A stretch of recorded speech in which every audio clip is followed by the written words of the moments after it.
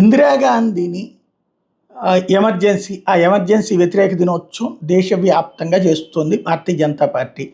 ఇక్కడ కూడా సంవిధాన దివస్ అని పెట్టినటువంటి దాంట్లో చంద్రబాబు నాయుడు పాల్గొన్నారు, అలాగే కేంద్ర మంత్రులు పాల్గొన్నారు. అట్లాగే తెలంగాణలో జరిగిన దాంట్లో కేంద్ర మంత్రులతో పాటుగా బీజేపీ జాతీయ నేతలు పాల్గొన్నారు.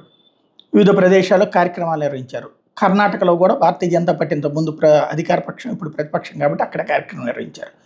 ఈ సందర్భంగా ఇందిరాగాంధీని హిట్లర్ అన్నందుకు కర్ణాటకలో ఒక అతన్ని అరెస్ట్ చేశారు. అంటే ఎమర్జెన్సీ బుద్ధులు వీళ్ళకి పోలేదు అనడానికి సాక్ష్యం అనమాట. అక్కడ వాళ్ళది పవర్ ఉంది కాబట్టి వాళ్ళు, అంటే ఆ పవర్నే కదా ఆ రోజున ఇందిరాగాంధీ యూజ్ చేసింది, ఆ పవర్తోనే కదా అహంకారంతో ప్రదర్శించింది, ఆ పవర్తోనే కదా 3 సంవత్సరాల పాటు ప్రజల హక్కులు కాలు రాసింది, ఆ పవర్తోనే కదా అరాచకం చేసింది, ఆ పవర్తోనే కదా రాష్ట్రపతిని కూడా పక్కన పెట్టింది, ఆ పవర్స్తోనే కదా రాజ్యాంగాన్ని ఇష్టం వచ్చినట్టు మార్చేసింది, ఆ పవర్స్తోనే కదా రాజ్యాంగంలో కొత్త పదాలను తెచ్చిపెట్టింది. అలాంటి దుర్మార్గపు పోకడలు పోయిన మనిషి హిట్లర్ అనక ఇంకేమనాలా?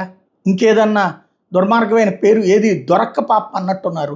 దానికే అంటే అసలు హిట్లర్ అనే పదం కంటే ఇందిరా అనేటటువంటి పదం, ప్రపంచంలో నియంతృత్వం అంటే ఇందిరా అనే పేరుని ముందుకు తీసుకురావాలనుకుంటా. అలా చేయనందుకు గాను కేసు పెట్టి తమ నైజాన్ని చాటుకున్నారు.